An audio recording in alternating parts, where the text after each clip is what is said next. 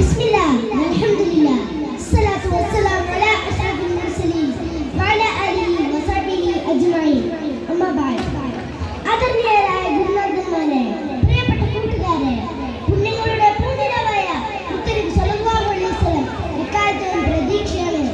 അവിടുത്തെ ദേഹവും ദർശനവും സ്പർശനവും എല്ലാം വിനീതമാണ്. സ്നേഹം ചോർന്നു പോകുന്ന ഇക്കാലത്ത് മുത്തനബിയിലേക്ക് തിരികെ നടക്കേണ്ടതുണ്ട്.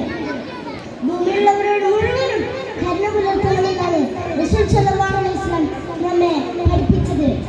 എന്നാലേ ആകാശത്തിന്റെ അധിപൻ നിങ്ങളോട് കരുണയും സ്നേഹവും പുലർത്തൂ എന്നാണ് റസൂൽ സ്വല്ലല്ലാഹു അലൈഹി വസല്ലം നമ്മെ ഓർമ്മിപ്പിച്ചത്. കുഞ്ഞുങ്ങളെ മുത്തം വെച്ച് മുത്തനബി സ്വല്ലല്ലാഹു അലൈഹി വസല്ലം സ്നേഹത്തിന്റെ ബാലപാഠം നമുക്ക് പഠിപ്പിച്ചു തന്നു.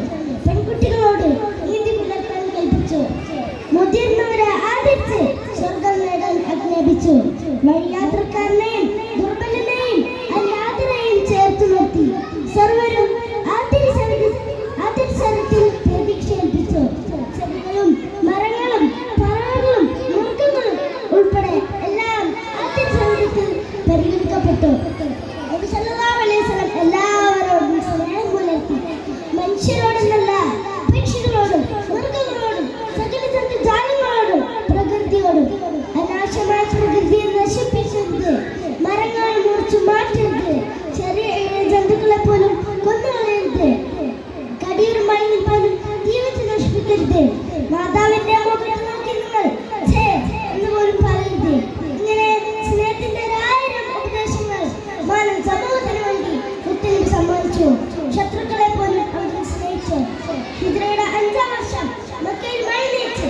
ശക്തമായ ക്ഷാമം ബാധിച്ചപ്പോൾ മക്കയിൽ മുത്തനബിയെ വധിക്കാനും നാടുകടത്താനും ശ്രമിച്ചവർ ആകെ പകയിലായ സന്ദർഭം. മദീനയിൽ നിന്ന് വിവരം അറിഞ്ഞ റസൂൽ സ്വല്ലല്ലാഹു അലൈഹി വസല്ലം പരമാവധി ഭക്ഷ്യധാന്യങ്ങൾ ശേഖരിച്ചു. മദീനയിൽ നിന്നും മക്കയിലേക്ക് അവിടുത്തെ ഒരു സഹാബിയെ പറഞ്ഞയച്ചു. മക്കയിൽ ചെന്ന് മക്കയിൽ പട്ടിണി കിടക്കുന്ന ആളുകൾക്ക് വിതരണം ചെയ്യാനായിരുന്നത് അംർ ബിൻ ഉമയ്യ റളിയല്ലാഹു അൻഹു ഈ ഭക്ഷ്യധാന്യങ്ങളുമായി മക്കയിലേക്ക് വരികയും ശേഷം ഈ ഭക്ഷ്യധാന്യങ്ങൾ അബൂ സുഫിയാന്റെ കൈകളിൽ ഏൽപ്പിക്കുകയും ചെയ്തു. കൊടിയ ശത്രുപക്ഷത്തിൽ നിൽക്കുമ്പോഴും അവരാരും പട്ടിണി കിടന്ന് മരിക്കരുത് എന്ന് റസൂൽ സ്വല്ലല്ലാഹു അലൈഹി വസല്ലമക്ക് താല്പര്യമുണ്ടായിരുന്നു. അവരെപ്പോലും ഒരു പ്രതിസന്ധി ഘട്ടത്തിൽ സ്നേഹിക്കുന്ന റസൂൽ സ്വല്ലല്ലാഹു അലൈഹി വസല്ലം നമ്മുടെ ജീവിതത്തിന് മാതൃകയാണ്. സ്നേഹം നമ്മുടെ ജീവിതത്തിന്റെ ഭാഗമാക്കണം.